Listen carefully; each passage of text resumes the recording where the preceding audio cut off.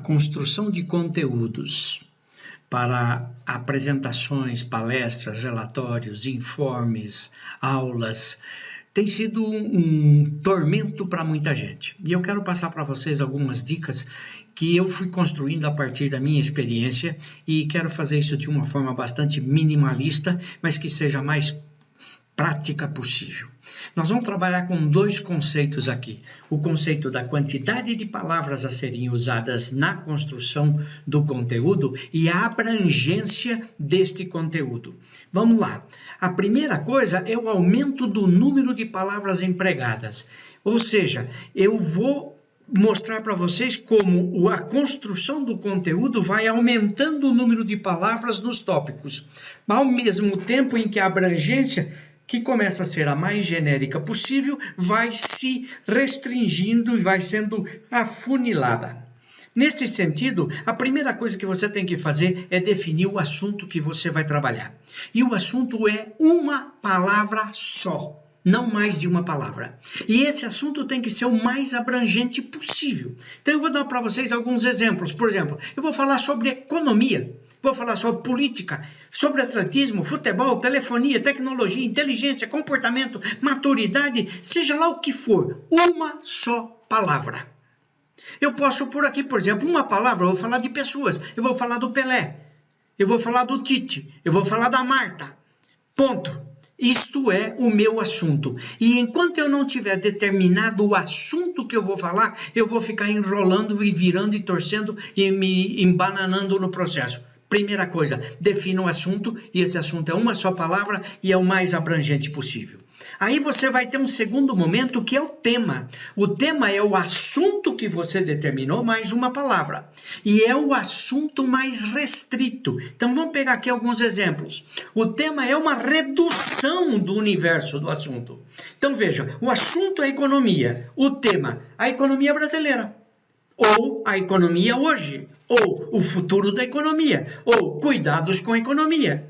Vamos pegar aqui a finanças da empresa, finanças da empresa, finanças brasileiras, finanças no mundo. Tá? Então vamos lá, essa é a coisa. O meu assunto tem que ser, e este assunto tem que estar presente no tema. Veja, se eu vou falar de economia, a economia tem que estar no tema, porque é o assunto mais uma palavra.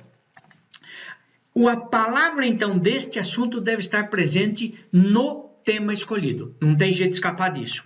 A outra coisa que nós vamos ter que ver é que, por exemplo, aqui, futebol brasileiro, futebol vencedor, o futuro do futebol, cuidados com o futebol, jogador de futebol, finanças no futebol.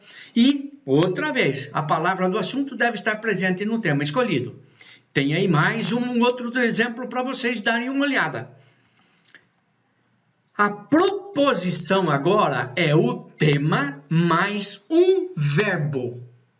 E isso é importante. Por quê? A proposição é o que se quer ensinar. E nesse sentido, então, vamos lá. A proposição é o que se quer transmitir, o ensino que se quer passar. A proposição é única.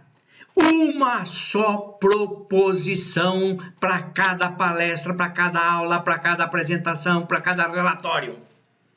E um só ensino tem que ser passado. Não adianta querer ensinar 10 coisas ao mesmo tempo, porque a mente humana não aguenta esse tipo de coisa. Então vamos lá. É uma só proposição, é um só ensino, é uma só lição. Ele é o tema acrescido de um verbo e, se preciso, e mais uma palavra. A proposição não pode ter mais de um verbo. Presta atenção, se você tiver uma proposição com 2 verbos, você já começou a se enrolar. Proposições possíveis ao tema. A economia brasileira é instável. A economia hoje é promissora. O futuro da economia está na reforma. Cuidados com a economia são vários. Então veja aí que a proposição, ela é o tema, economia brasileira, mais o verbo é instável. Então é o verbo e mais uma palavra. Aí outros exemplos para vocês darem uma olhada relacionada ao tema do futebol brasileiro ou futebol nas suas variadas formas, porque o assunto que tem aqui é futebol. E aí tem também uma questão, por exemplo, da igreja, e vários temas e várias proposições decorrentes do tema que se pegou. A argumentação agora. A argumentação é a proposição mais os argumentos de cada item. Os argumentos para provar a proposição. O argumento é o que eu faço para mostrar que a minha proposição é bem fundamentada. A argumentação, então, é a resposta que se dá às perguntas feitas à proposição. Vamos lá dar uma olhada nisso. A argumentação é a resposta que se dá a perguntas ou às perguntas que eu faço para a argumentação. Então, vamos ver. Eu tenho uma proposição, eu tenho uma conclusão a que eu quero chegar. E nesse meio tempo, como uma ponte entre a proposição e a conclusão, está a argumentação. Essa proposição agora, ela sofre perguntas. E estas perguntas podem ser feitas por quê, como, onde, quem, quando, quantos, por quê, e assim por diante. Ok? A argumentação pode ser construída com as várias respostas dadas à mesma pergunta feita à proposição. Ou a argumentação pode ser construída com as várias respostas dadas às duas ou mais perguntas feitas à proposição. Então, a proposição pode receber uma só pergunta. Por quê? Como? Ou então, por quê, como e quando? E você vai responder essas perguntas em cima do processo da argumentação para que você possa chegar à conclusão que você pretende ter, e nós vamos ver como se faz isso. Então vamos lá. Você tem o assunto, economia, você tem o tema, economia brasileira, a proposição, a economia brasileira é instável. A pergunta de transição, por quê? Porque a economia brasileira é dependente da economia mundial. Porque a economia brasileira é altamente concentrada em poucos. Porque a economia brasileira é dependente das commodities. Então veja, a palavra economia, ela ocorre no assunto, no tema, na proposição, e ela ocorre em cada um dos argumentos que eu vou pôr. Se o tema é economia brasileira, veja que a economia brasileira está aparecendo em cada um dos temas. Se eu não fizer isto, eu perco a unidade do assunto que eu estou trabalhando. Eu tenho que zelar por esta unidade. Veja outro exemplo. Vamos lá, deixa eu só repetir aqui. A mesma palavra do assunto deve estar presente em cada um dos argumentos para que haja unidade, e foi o que eu acabei de falar. Veja lá, assunto, economia brasileira, a economia brasileira é promissora. Porque a economia brasileira é ainda um pouco desenvolvida. E a pergunta então é por quê? E eu estou respondendo, por que a economia? Aí, porque a economia brasileira está passando por reformas, porque a economia brasileira tem amplo mercado interno, porque a economia brasileira tem amplo mercado externo. Esses quatro itens da minha argumentação respondem à pergunta que eu faço à minha proposição. A proposição é, a economia brasileira é promissora, por quê? E eu explico aqui. Agora, vamos lá. A mesma palavra do assunto deve estar presente em cada um dos argumentos para que haja unidade.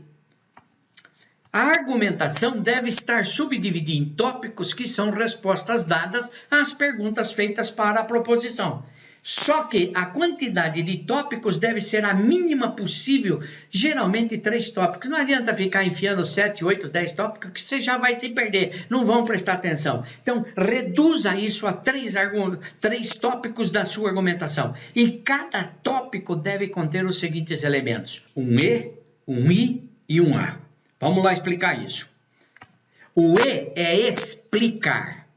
O que é aqui? Explico de forma clara e concisa os argumentos do tópico em questão. Então eu vou dizer, a economia brasileira é promissora porque estão sendo feitas reformas. Eu vou explicar a reforma da Previdência, a reforma fiscal, a reforma tributária.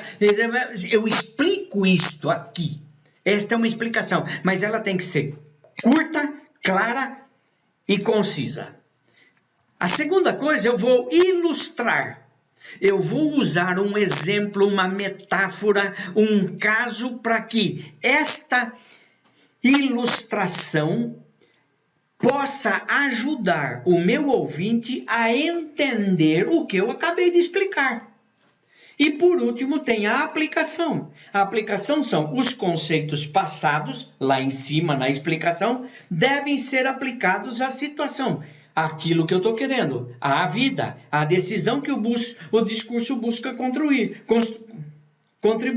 Veja, então, eu tenho que explicar, eu tenho que ilustrar e eu tenho que aplicar. Porque se eu fizer uma argumentação que eu não explico, eu não ilustro e não aplico, ela não serve para nada. Para frente. Cada tópico, se você tiver 3, 4, 5 tópicos, precisa ter a explicação, a ilustração e a aplicação em cada um deles. Não se furte a isso. Isso é fundamental para que haja, vamos dizer assim, eficiência e eficácia no seu discurso, na sua palestra, na sua aula. A conclusão é a repetição da proposição. Por quê? Eu quero provar que a economia brasileira é promissora. Então eu digo, a economia brasileira é promissora em função das explicações que eu dei. E é a apresentação agora sumária dos tópicos da argumentação. Eu faço como que um resumo daquilo que eu usei como tópicos na minha argumentação, 1, 2, 3, 4 tópicos, e eu faço uma apresentação sumária como que recapitulando isto. A proposição é demonstrada, ou seja, nos teoremas se diz o CQD, como queria demonstrar, e assim está. E a própria conclusão pode ser feita com uma metáfora ou um caso que ilustre a aplicabilidade da proposição. Ok? Então veja agora, vamos repetir. O assunto é uma só palavra e é o mais abrangente possível. Depois eu tenho o tema. O tema é o assunto mais uma palavra e é um assunto de forma mais restrita. A proposição é o tema mais um verbo e, se preciso, mais uma palavra. O que se quer ensinar é o que eu vou fazer com a proposição. A argumentação é a proposição mais os argumentos de cada item. Os argumentos para provar a proposição. A conclusão é a repetição sumária dos itens da argumentação, mais o como queríamos demonstrar, e conclusão provando a proposição e provando especialmente a aplicabilidade da proposição. Porque se você fizer uma proposição, argumentar tudo e isso não serve para nada, o teu discurso, a tua aula, o teu ensino não serviu para nada.